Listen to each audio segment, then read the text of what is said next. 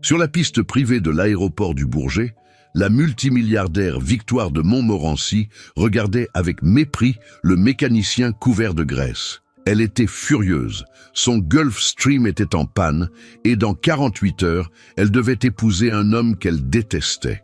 Dans un moment de sarcasme cruel, elle lança le défi qui allait tout changer. « Si tu répares mon jet en 24 heures, je t'épouse. » Charles Dubois leva les yeux de la turbine sabotée et accepta avec un calme déconcertant. Victoire ne savait pas qu'elle fuyait un mariage qui la détruirait, ni que ce mécanicien cachait un secret. Et quand 21 heures plus tard, le moteur rugit à nouveau parfaitement, elle comprit qu'elle avait sous-estimé l'homme qui bouleverserait sa vie. Le soleil de midi transformait l'asphalte du hangar privé en fournaise. Victoire de Montmorency, 29 ans d'une beauté acérée et d'arrogance héritée, marchait nerveusement sur ses escarpins à 3 000 €. Le tailleur blanc Chanel restait incroyablement immaculé malgré la chaleur, mais sa contenance cédait sous le poids de la rage. Le Gulfstream G650, joyau de 60 millions d'euros, gisait immobile comme une baleine échouée. Et avec lui, sa seule voie d'échappatoire du mariage arrangé qui l'attendait à Monaco dans 48 heures. Alexandre de Beauregard, l'homme que son père avait choisi pour elle, l'attendait pour sceller non pas une union d'amour, mais une fusion d'entreprises de 20 milliards. Victoire connaissait la réputation de Beauregard seulement à travers les rapports édulcorés de son père. Un homme d'affaires accompli, héritier d'une dynastie viticole, veuf depuis quelques années. Les rumeurs sur ses mariages précédents tumultueux avaient été écartées comme des ragots envieux. Mais quelque chose dans la façon dont les épouses précédentes avaient disparu de la scène publique l'inquiétait profondément. Le hangar privé de l'aéroport du Bourget était son royaume personnel, le seul endroit où elle pouvait être elle-même, sans les masques requis par son rôle. Ici, entre l'odeur de kérosène et de métal, elle avait appris à piloter, s'échappant ne serait-ce que pour quelques heures de la cage dorée de son existence. Ce fut à ce moment de désespoir déguisé en fureur que Victoire remarqua le mécanicien émerger de sous le fuselage. Charles Dubois avait 35 ans sculptés par le travail honnête. La combinaison tachée d'huile ne parvenait pas à dissimuler un physique forgé par des années d'efforts, ni l'assurance tranquille de celui qui sait ce qu'il fait. Il y avait quelque chose de différent chez lui par rapport aux autres mécaniciens du hangar.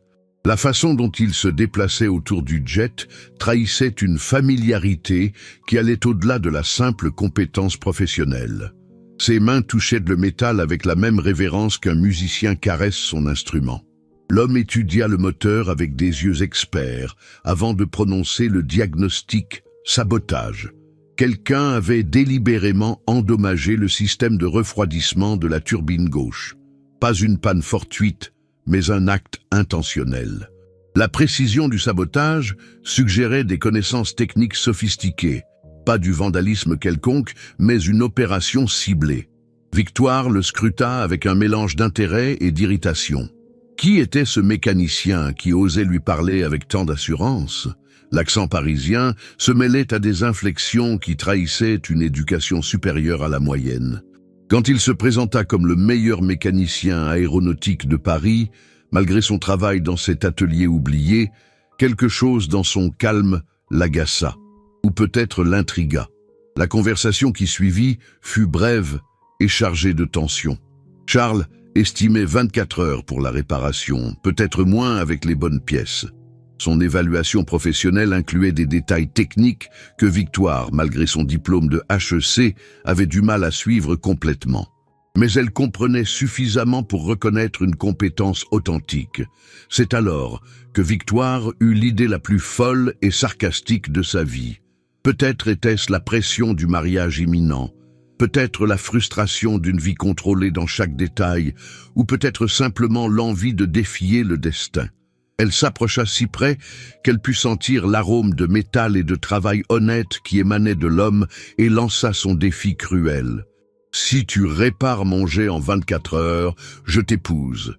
Les mots sortirent chargés de sarcasme, accompagnés d'un sourire qui avait glacé le sang de PDG bien plus puissant qu'un simple mécanicien.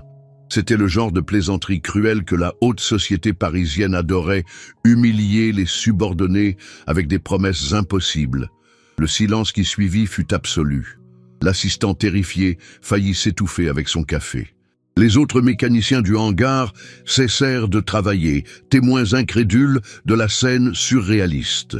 Même le bruit du trafic aérien lointain semblait s'être arrêté. La réaction de Charles fut inattendue. Au lieu de rire nerveusement ou de protester offensé, il posa calmement la clé à molette, s'essuya méthodiquement les mains sur un chiffon déjà sale et la regarda.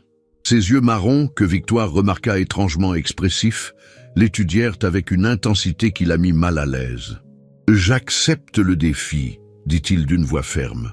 La tranquillité de la réponse déstabilisa Victoire plus que toute autre réaction. Elle s'était attendue à de la gêne, peut-être de la colère, sûrement du rejet. Pas cette acceptation calme qui semblait la prendre plus au sérieux qu'elle-même ne le faisait. Quand elle rit sarcastique, lui rappelant le fossé social qui les séparait, elle valait plus que ce qu'il pourrait gagner en 10 vies. Charles démontra qu'il savait exactement qui elle était. Non seulement l'héritière multimilliardaire, mais Victoire de Montmorency, diplômée de HEC et Harvard, PDG de la division européenne. Mais surtout, une femme fuyant quelque chose ou quelqu'un. Sa perception la frappa comme une gifle. Comment un simple mécanicien pouvait-il lire si clairement à travers sa façade? Ses manières raffinées contrastaient avec la combinaison sale, suggérant une histoire plus complexe que l'apparente. L'intuition de Charles sur la nature malveillante de la panne et la hâte de Victoire à partir l'a mis sur la défensive. Mais ce fut quand il suggéra que sa proposition n'était pas tout à fait une plaisanterie que quelque chose bougea dans la poitrine de la femme. Sous des couches de cynisme et de privilège, une étincelle de quelque chose d'oublié prit vie. Le pacte fut scellé avec des mots simples. 24 heures. S'il réussissait, elle tiendrait parole. S'il échouait, il disparaîtrait pour toujours. Le pari était absurde, et pourtant tous deux le traitaient avec un sérieux mortel. Charles hocha la tête et se mit au travail sans rien ajouter, laissant Victoire étrangement perturbée alors qu'elle s'éloignait. Ses pas résonnaient dans le hangar alors qu'elle atteignait le bureau vitré d'où elle observait habituellement les opérations. Mais cette fois, au lieu de s'y enfermer, elle s'arrêta sur le seuil, se retournant pour regarder. Elle ne pouvait pas savoir que Charles avait déjà commencé à démonter la turbine avec une précision qui trahissait bien plus que la simple compétence. Ses mains bougeaient avec l'assurance de quelqu'un qui avait démonté et remonté ce modèle particulier des dizaines de fois. Elle ne pouvait pas imaginer que cet homme connaissait les Gulfstream mieux qu'il ne le laissait paraître, que sa présence dans ce modeste atelier était un choix, pas une nécessité. Et surtout, elle ne soupçonnait pas que le destin venait de commencer à tisser sa trame autour d'eux, que le sabotage n'était pas l'œuvre de son père ou des beaux regards, mais de quelqu'un qui voulait la protéger de la manière la plus dangereuse possible, que les prochaines 24 heures changeraient non seulement son avenir immédiat, mais toute la trajectoire de sa vie. Victoire de Montmorency, habituée à contrôler chaque variable, venait de lancer les dés dans un jeu dont elle ignorait les règles.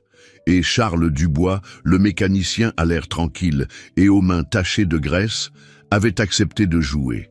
Le chronomètre invisible avait commencé. 24 heures pour réparer un jet, 24 heures pour changer 2 destins, 24 heures pour démontrer que parfois les défis les plus fous sont ceux qui valent la peine d'être relevés. Les premières heures passèrent dans un silence rompu seulement par le rythme hypnotique des outils sur le métal. Victoire, contre toute logique et convention, resta dans le hangar. Elle avait abandonné la veste du tailleur, retroussé les manches du chemisier de soie et s'était assise sur une caisse métallique pour observer. Charles travaillait avec une concentration absolue qui frôlait l'art. Ses mains, apparemment rugueuses, se mouvaient avec la grâce d'un chirurgien démontant des composants complexes, comme s'il exécutait une symphonie silencieuse. Il n'avait pas demandé d'aide ni montré d'hésitation. Chaque geste révélait des années d'expérience et une compréhension profonde de la machine. Ce fut Victoire qui brisa le silence, curieuse de savoir où il avait acquis de telles compétences. La réponse la surprit. 10 ans dans l'armée de l'air, à réparer des chasseurs sous le feu ennemi au Mali. Un Gulfstream civil était un jeu d'enfant en comparaison. La conversation qui suivit révéla des couches inattendues. Charles avait quitté l'armée écœuré de voir de jeunes vies gaspillées pour les intérêts d'autrui. Le parallèle avec la situation de Victoire était évident et douloureux. Quand il mentionna Alexandre de Beauregard et les dettes de jeu de son père, le sang de Victoire se glaça. La révélation suivante fut dévastatrice. La première épouse de Beauregard avait été la sœur de Charles. Le suicide, 3 ans auparavant, après des années de violence qui l'avaient réduite à une ombre. Victoire sentit le monde s'écrouler. Son père lui avait menti, minimisant les ragots sur la brutalité de Beauregard. Les heures glissèrent de manière étrange et intense. Victoire se retrouva à assister Charles, lui passant des outils, tenant des composants, se salissant ses mains habituées seulement à signer des contrats de millions. Ils parlèrent comme elle n'avait jamais parlé avec personne. Charles raconta Amélie avec une voix contrôlée, mais chargée de douleur. La sœur, brillante et pleine de vie, transformée en victime. Les tentatives échouées de la sauver. La honte qui l'avait piégée. Le jour terrible où il l'avait trouvée dans la baignoire. Victoire partagea le vide laissé par la mort de sa mère quand elle avait 10 ans. La transformation de son père en homme obsédé par l'argent et le pouvoir. Ses efforts redoublés pour mériter une place dans l'entreprise, pour découvrir qu'elle restait une marchandise d'échange. À 3 heures du matin, alors qu'il partageait un mauvais café de distributeur automatique, Victoire réalisa qu'elle ne s'était jamais sentie aussi vue, aussi comprise. Charles avait de la graisse sous les ongles et de la sueur sur le front, mais ses yeux étaient présents, attentifs, vivants d'une manière qu'aucun de ses pairs n'avait jamais montrée. Quand il confirma qu'il réussirait avec des heures d'avance, Victoire s'interrogea sur l'après. La réponse de Charles la déstabilisa. Il n'attendait pas vraiment qu'elle l'épouse. Il voulait juste lui donner une excuse pour échapper à Beauregard. Elle pouvait dire qu'elle était déjà fiancée. Il y avait des témoins.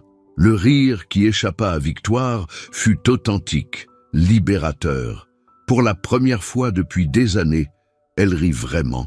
L'absurdité de la situation, la folie du plan, l'étrangeté de trouver un allié dans un atelier taché de graisse, tout convergeait en un moment de joie pure, inattendu. L'aube la trouva endormie sur la caisse métallique, épuisée. Elle se réveilla avec la veste de travail de Charles sur les épaules et le soleil filtrant par les baies vitrées. Il était toujours penché sur le moteur, mais son visage montrait la satisfaction du travail accompli. Le jet était réparé, avec 3 heures d'avance. Tu aimes cette histoire, Makwa? Laisse un petit like et abonne-toi à la chaîne. Maintenant, reprenons la vidéo. Le rugissement des moteurs rallumés remplit le hangar d'un son qui pour Victoire signifiait liberté. Charles avait fait l'impossible, non seulement réparer le sabotage, mais optimiser le rendement de l'appareil. Sa compétence allait bien au-delà de celle d'un simple mécanicien. Quand Victoire demanda comment il avait fait, la réponse révéla une autre facette de l'homme. Son mentor avait été le meilleur ingénieur aéronautique français, resté inconnu parce qu'il n'était qu'un mécanicien de province. L'humilité mêlée de fierté dans la voix de Charles parlait de valeurs différentes de celles du monde de Victoire. Le moment de vérité était arrivé. Charles avait gagné le pari, mais, alors qu'il rangeait ses outils, ne montrait aucune intention de réclamer le prix. Son explication toucha Victoire profondément. Il n'était pas le genre d'homme qui oblige une femme à se marier pour un pari. Il voulait juste lui offrir une porte de sortie. Maintenant, elle l'avait. Ce fut à ce moment que quelque chose se brisa définitivement en Victoire. La carapace de cynisme, construite en années de déception, céda. Elle se retrouva à confesser qu'elle ne voulait pas une porte de sortie, mais autre chose. Quelque chose qu'elle ne pouvait même pas définir. L'air dans le hangar se chargea d'électricité alors que Charles s'approchait. La conversation qui suivit fut intime, chargée de vérités nues. Victoire confessa la terreur à l'idée de voler vers Beauregard, la connexion inattendue née durant ces 24 heures. Charles l'avertit. Il n'était pas un prince charmant, mais un mécanicien qui vivait modestement, sans yacht ni villa. La réponse de Victoire, qu'elle avait peut-être précisément besoin de quelqu'un capable de réparer les choses cassées, mena au moment inévitable. Le baiser qu'ils échangèrent alors que le soleil inondait le hangar fut désespéré, affamé, plein de promesses et de peur. Un saut sur quelque chose de fou et de réel. Les conséquences pratiques étaient claires. Son père la détruirait. Beauregard ne renoncerait pas.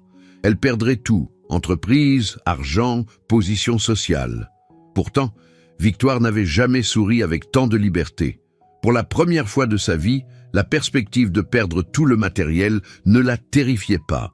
Le téléphone qui sonnait, son père, fut ignoré et éteint. Un geste symbolique qui marquait un point de non-retour. Quand Victoire demanda en plaisantant si la proposition tenait toujours, tous deux savaient que la plaisanterie était devenue destin.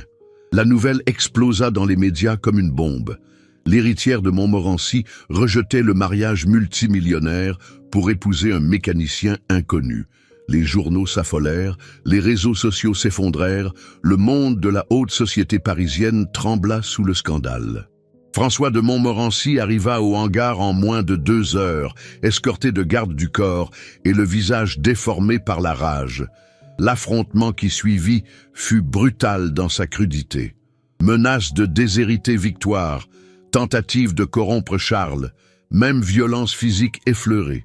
Charles maintint un calme impressionnant face aux menaces et insultes.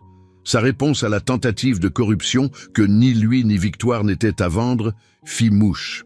Quand François leva la main pour le frapper, Victoire s'interposa, rendant la bague familiale dans un geste chargé de signification. L'échange final entre père et fille fut douloureux. L'accusation que la mère aurait été déçue fut contrée par Victoire. Sa mère s'était mariée par amour avant que l'argent ne corrompe François. Le coup porta, laissant l'homme momentanément vulnérable avant que la rage ne reprenne le contrôle. L'ultimatum, 24 heures pour disparaître, fut accueilli avec un étrange mélange de peur et de libération. Alors que François partait, Victoire tremblait non de terreur mais d'adrénaline pure. Pour la première fois, elle avait choisi son propre destin. Le mariage eut lieu dans une petite église de Belleville, elle dans le tailleur taché de graisse, lui dans la combinaison de travail, l'assistant de Victoire et 2 mécaniciens comme témoins. Le curé, initialement perplexe, célébra ce qu'il définit comme l'union la plus étrange et authentique qu'il avait bénie. La fuite en moto qui suivit fut une révélation pour Victoire. Habituée aux jets privés et limousines, elle découvrit la liberté sauvage du vent dans les cheveux, des routes secondaires, de l'anonymat des petits hôtels. Le monde vu depuis la selle d'une triomphe avait des couleurs et saveurs jamais expérimentées. L'arrêt dans le Luberon apporta des nouvelles prévisibles, mais également douloureuses. L'avocat confirma que François avait agi rapidement. Compte gelé, carte de crédit bloquée, propriété saisie. Victoire était officiellement une paria, effacée de l'empire de Montmorency. Cette nuit-là, dans une modeste auberge, avec vue sur les lavandes, Victoire et Charles consommèrent leur mariage. Ce fut une union différente de toute expérience antérieure de Victoire, sans jeu de pouvoir ou besoin d'impressionner, juste 2 âmes qui s'étaient reconnues au moment le plus improbable. Dans l'obscurité, enlacés, ils affrontèrent la réalité. Le lendemain serait difficile. Beauregard n'accepterait pas le rejet. François ne pardonnerait pas. Pourtant, Victoire confessa craindre plus le retour au passé que l'avenir incertain. Une peur nouvelle, libératrice. Les semaines suivantes mirent leur union à l'épreuve de manière qu'ils n'avaient même pas prévue. Alexandre de Beauregard orchestra une campagne de vengeance féroce. Articles diffamatoires, pression pour licencier Charles, intimidation par ses hommes de main. Mais il avait sous-estimé les deux. La vie dans l'appartement de 2 pièces au-dessus de l'atelier fut un choc culturel pour Victoire. 2 pièces exiguës, une salle de bain minuscule, une cuisine qui n'était guère plus qu'un coin. Pourtant, dans cet espace réduit, Victoire découvrit une liberté jamais connue dans ses pantoufles luxueux. L'apprentissage comme aide mécanicienne révéla chez Victoire un talent inattendu. Les mains habituées à signer des contrats de millions apprirent à serrer des boulons et diagnostiquer des problèmes. Charles était un professeur patient et elle une élève déterminée à se montrer digne de sa nouvelle vie. Les soirées étaient simples, pâtes aux gruyères, le seul plat que Victoire parvenait à ne pas brûler, conversations sur l'avenir, projets modestes mais concrets. Ce fut durant l'un de ces dîners frugaux que l'avocat appela avec des nouvelles bouleversantes. François de Montmorency était ruiné. Les beaux regards avaient réclamé les dettes et l'empire s'effondrait. Pour la première fois, Victoire vit son père comme victime du système qui l'avait aidé à perpétuer. Malgré tout, le lien du sang faisait mal. La rencontre avec la mystérieuse investisseuse intéressée à sauver l'entreprise de Montmorency révéla la plus grande surprise. Marie Dubois, mère de Charles et héritière silencieuse d'un empire d'ingénierie aéronautique que son défunt mari avait construit avec ses brevets révolutionnaires. La vérité sur le passé de Charles émergea. Le rejet orgueilleux de l'héritage familial, le choix de se frayer un chemin comme simple mécanicien, l'entêtement qu'il avait mené à cacher ses origines privilégiées. Marie, femme d'affaires avisée autant que mère affectueuse, avait suivi la carrière de Victoire pendant des années. L'offre de Marie était pragmatique et généreuse. Acheter industrie de Montmorency, fusionner avec Dubois Engineering, nommé Victoire PDG de la nouvelle entité. François garderait une position digne. C'était le salut et l'opportunité réunis. La motivation de Marie émut Victoire. Ce n'était pas que des affaires, c'était la reconnaissance du courage d'une femme qui avait choisi l'amour sur la convenance. C'était la confiance dans le talent gaspillé en jeu de pouvoir, c'était aussi le désir très humain de voir naître des petits-enfants. La plaisanterie sur les petits-enfants et les pâtes aux gruyères allégea le moment, mais la substance demeurait. Victoire avait trouvé non seulement un mari, mais une famille qui croyait en elle non pour son nom, mais pour sa valeur. 1 an plus tard, le ruban coupé de MDM Aerospace marquait bien plus que l'inauguration d'une entreprise. C'était le triomphe visible de choix courageux, d'amour qui dépasse les conventions, de seconde chance saisies au vol. Victoire Dubois de Montmorency, PDG de plein droit, rayonnait d'une assurance qui ne dérivait plus du privilège hérité, mais de la compétence gagnée. À ses côtés, Charles portait le costume avec la même naturalité que la combinaison. Il avait accepté de diriger recherche et développement, mais seulement en gardant le privilège de se salir les mains. La présence de François de Montmorency à l'événement marquait un cercle qui se fermait. L'homme avait vieilli, adouci par l'humilité forcée. Le pardon entre père et fille avait été difficile, partiel, mais réel. Les ponts brûlés ne se reconstruisent pas facilement, mais au moins maintenant, il y avait des fondations. La nouvelle de l'arrestation d'Alexandre de Bourgard avait apporté une justice tardive mais nécessaire. Les enquêtes déclenchées par le rejet de Victoire avaient mis au jour des années de crimes. Amélie, la sœur de Charles, avait finalement reçu justice à titre posthume. Le discours de Victoire à l'inauguration toucha les cœurs par son honnêteté désarmante. Elle parla du jet réparé en 24 heures, mais surtout de comment ce n'était pas l'appareil qui était cassé, mais elle-même. Le mécanicien avait réparé bien plus qu'une turbine.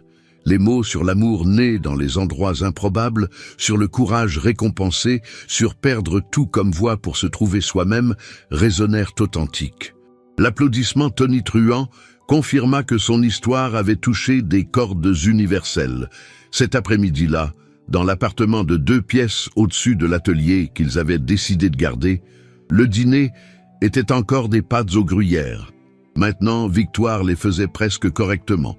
Le dialogue enjoué sur les regrets révélait la solidité atteinte. Le jet privé était confortable, certes, mais Charles avait réparé quelque chose d'infiniment plus précieux. Le baiser qu'ils échangèrent alors que Paris brillait par la fenêtre scellait non pas un conte de fées, mais une histoire vraie. Dans un hangar de l'autre côté de la ville, le Gulfstream G650 reposait en parfaite efficacité, témoin mécanique de comment un pari sarcastique peut se transformer en le plus authentique des destins. La morale, s'il y en avait une, était simple. Le véritable amour ne naît pas dans les châteaux des contes, mais souvent dans des ateliers poussiéreux où des mains tachées de graisse savent toucher avec délicatesse des ailes brisées et des cœurs blessés. Victoire et Charles ne vécurent pas nécessairement heureux pour toujours selon les standards des contes. Mais ils vécurent authentiquement, ensemble, affrontant chaque jour comme il vient. Et peut-être, au final, c'est la seule manière de vivre qui vaille vraiment la peine. Avec courage, avec amour, avec la capacité de voir au-delà des apparences. Avec quelqu'un à ses côtés capable de réparer non seulement des moteurs en panne, mais aussi des âmes blessées. Leur histoire continue, un jour à la fois, un défi à la fois, exactement comme elle avait commencé. Avec un pari impossible qui s'avéra être exactement ce dont tous deux avaient besoin. Si cette histoire t'a fait battre le cœur et croire que le véritable amour peut naître n'importe où, laisse un like, partage dans les commentaires. Crois-tu que l'amour peut surmonter les différences sociales? As-tu déjà fait un choix fou par amour? Abonne-toi et active la cloche pour ne pas manquer plus d'histoires qui prouvent que le véritable amour ne regarde pas le compte en banque. Souviens-toi, parfois la bonne personne arrive au moment le plus improbable, de la manière la plus inattendue. Ne ferme pas ton cœur aux possibilités.